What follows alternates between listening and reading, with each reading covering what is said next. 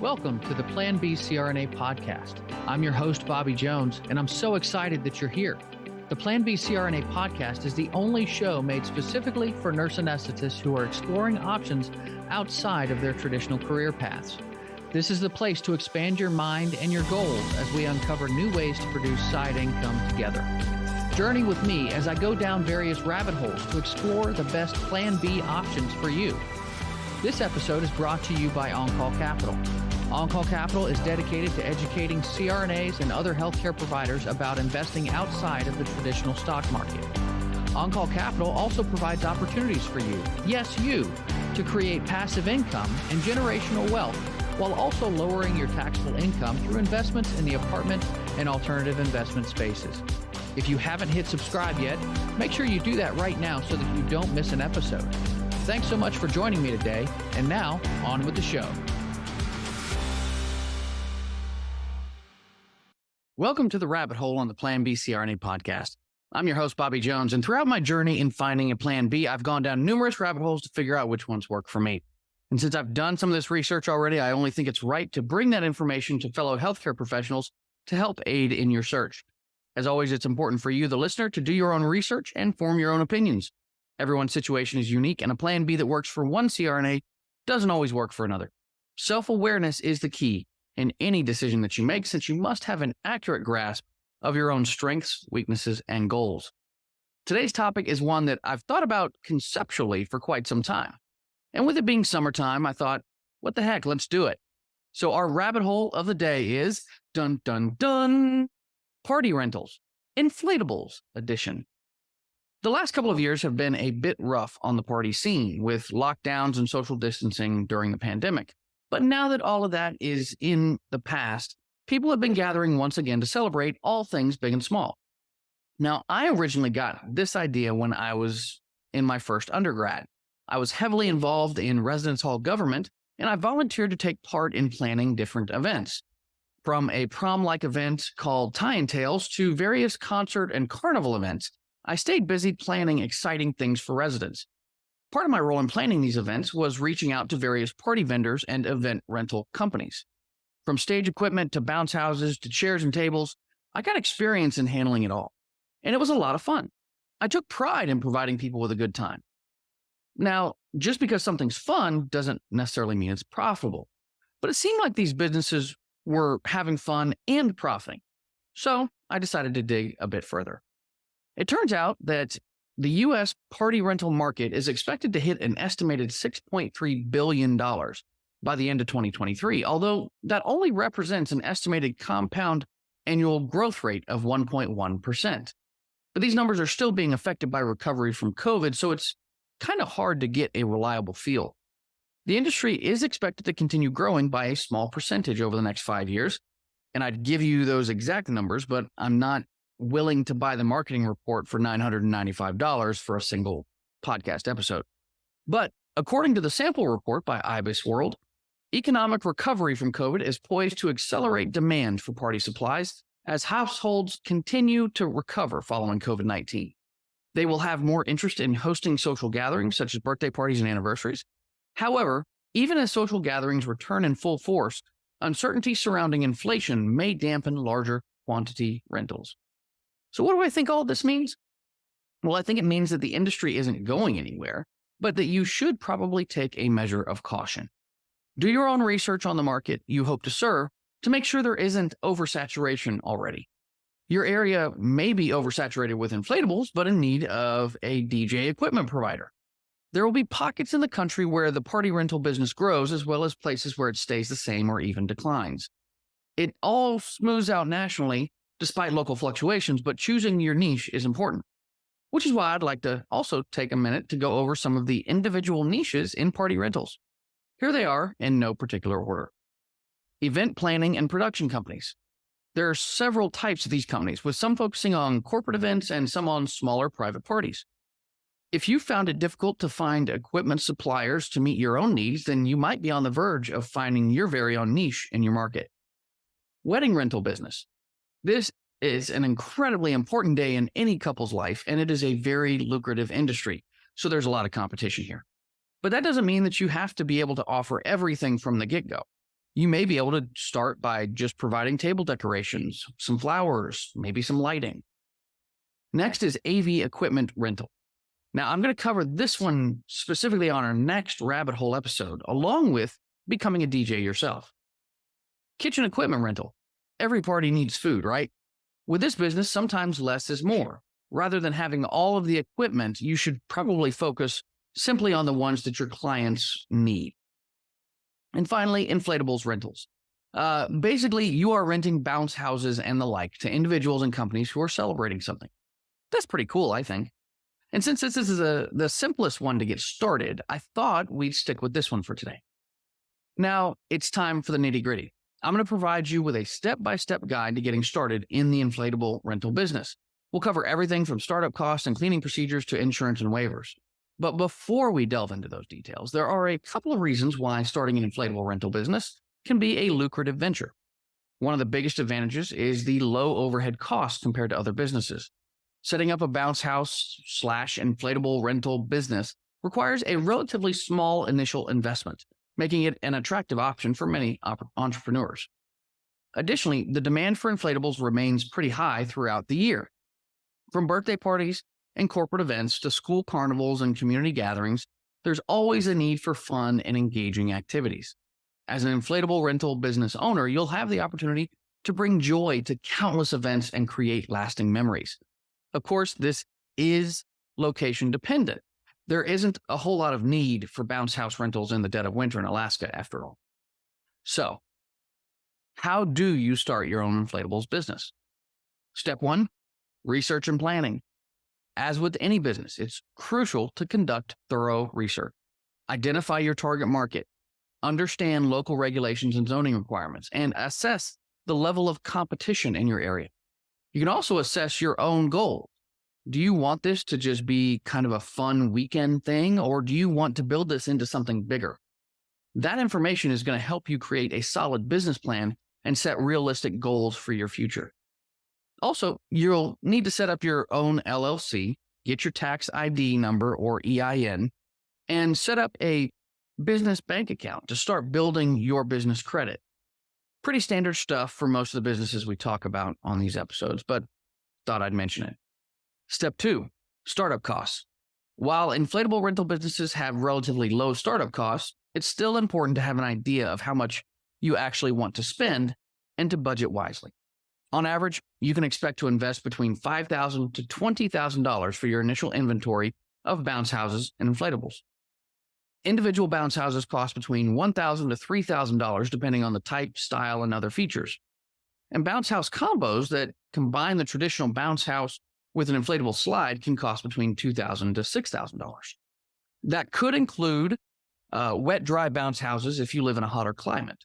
So your costs are going to vary based on the number and size of inflatables, as well as any additional equipment you choose to offer, such as generators or concessions.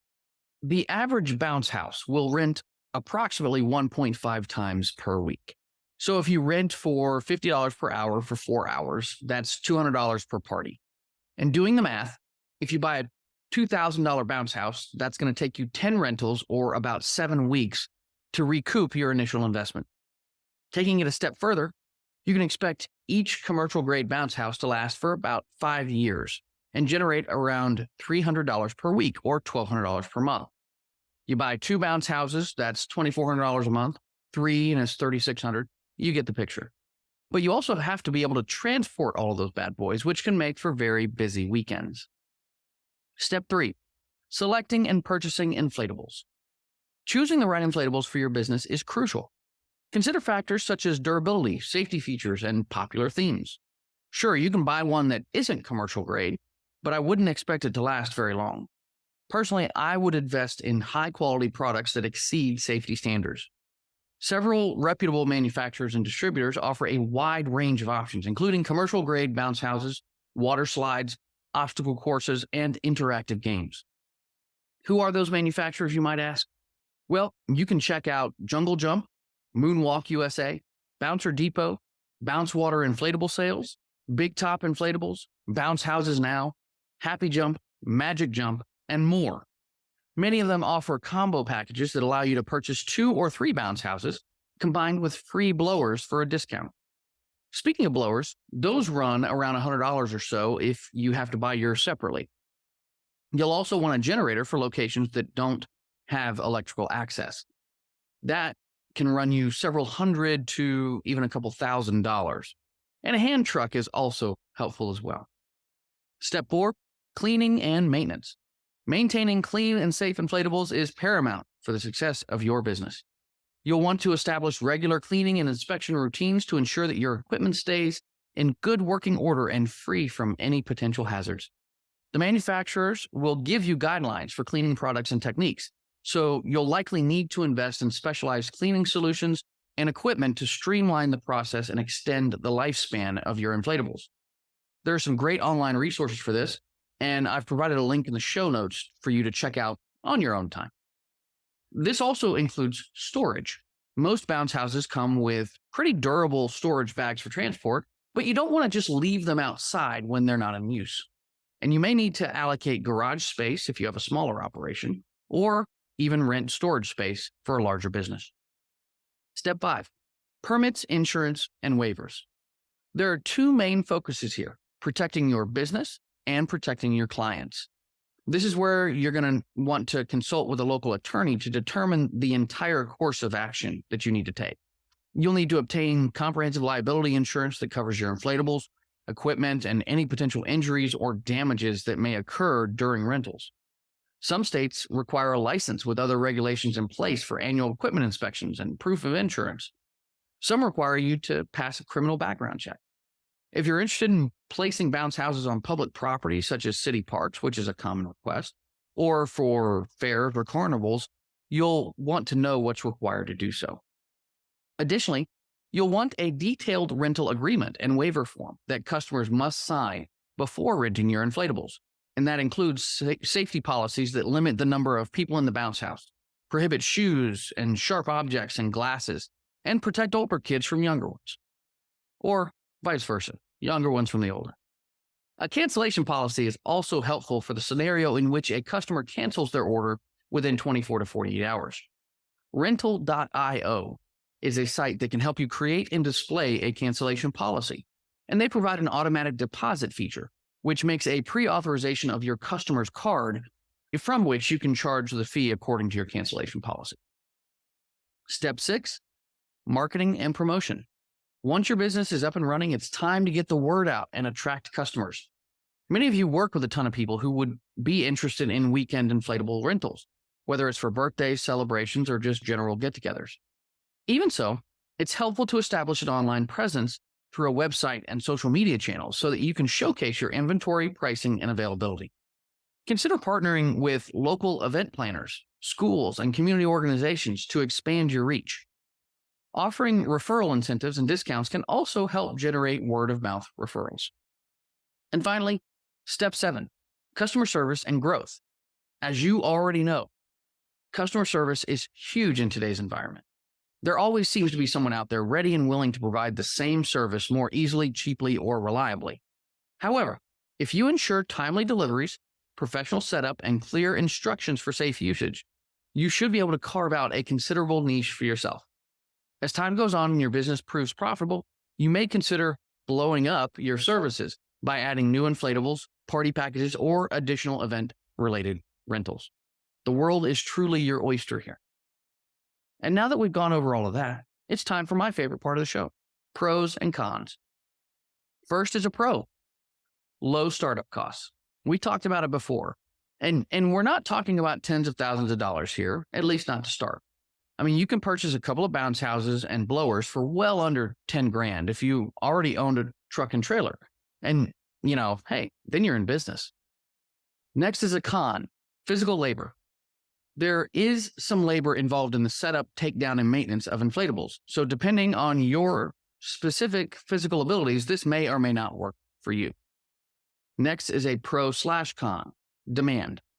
While the demand for bounce houses is high, it does have some seasonality to it, depending on your location. And this may be good or bad for you, depending on the lifestyle that you actually want to have. Next is another pro/con, working hours. People typically rent inflatables on the weekends, meaning that you can likely run this business while not interfering with your traditional work week. However, the flip side of that is you're also going to be spending most of your weekends managing this business, since that's when most people like to party. Next is a con: competition. You are not alone. You will find other competition with other inflatable rental businesses in your area. And how you differentiate yourself from the pack matters, whether you cater to healthcare professionals specifically and their families, or whether you focus on large events. Next is a pro. This is fun. You have a unique opportunity to be a part of joyful events and celebrations by being the person who brings smiles to others' faces. Next is a con: risks. This business provides more risks and liabilities, which makes it super important to cover yourself legally. Next is a pro: potential for growth. If you're finding success as a small business already, you can easily expand services by purchasing another bounce house or two. You can adjust your business model to drop houses for a few hours or for an entire weekend. It just depends on how much you want to put into it. And you can also expand your services into other party rental items. Next is a con: storage space. Once you grow to a certain level, it will be challenging to run this out of your home without renting some additional space. While this isn't necessarily a bad problem to have if you're successful, it can require additional management. And finally, our last pro: relationships. This can be a great way to meet new people and forge new relationships based on something that's completely outside of your traditional career. Now, I hope that this guide has given you some worthwhile insights into starting your own bounce house / inflatable rental business. Remember, success in this industry requires dedication, proper planning, and a commitment to providing safe and enjoyable experiences for your customers. It can be a ton of fun, and it can be pretty simple from a business perspective, but simple doesn't necessarily mean that it doesn't take work. Now, as always, I have a ton of links in the show notes for you to peruse at your leisure, but you may want to check out the following books as well: How to Start a Bounce House Business, Learn How to Make Money by Bringing the Life to the Party by Isaiah Lane. He goes through everything from the different supplies you need to pricing and marketing your services. And of course, he covers cleaning your bounce houses too. Party Rental Business Playbook: Every Form and Detail You Need to Start a Party Rental Business by J.H. Dice. This book is designed to give you everything you need to start and run a party rental business, including one that's home-based. As for the show, that's going to do it. As always, I want to thank you for listening to the Plan B CRNA podcast. If you found value today, make sure you hit subscribe and give us a 5-star review. The show only grows because of you, so make sure you share it with a friend, family member, or colleague to help them on their side income journey. And I also want to hear from you. If you have a question, comment, or rabbit hole topic that you'd like me to cover in an upcoming show, just put it in your review of the podcast. I check those all the time and cover those questions in future episodes. If you'd like to know more about me and gain access to passive income opportunities, make sure to find me on Facebook, LinkedIn, or visit my website at www.oncallinvestments.com. This is Bobby Jones signing off. Until next time, stay safe and take care of each other out there. Thank you so much for joining me for another episode of the Plan B CRNA podcast. If you haven't already subscribed and reviewed the show, I'd be honored if you took the extra time. It really helps to expand our reach and get the word out about the show. If you're a CRNA who is interested in sharing your story on our podcast, I'd love to have you. Please email me at bobby@oncallinvestments.com for more information. This episode was brought to you by On-Call Capital. They are dedicated to helping providers like you develop passive income and generational wealth through investments in the apartment and alternative investment spaces. Feel free to check out their website at www.oncallinvestments.com and subscribe to their free educational email series. You can find On-Call Capital on Facebook, Instagram, and Twitter. You can also check out our YouTube page, where you'll find all of the show episodes along with other educational videos. Thanks for listening, and we'll see you on the next episode.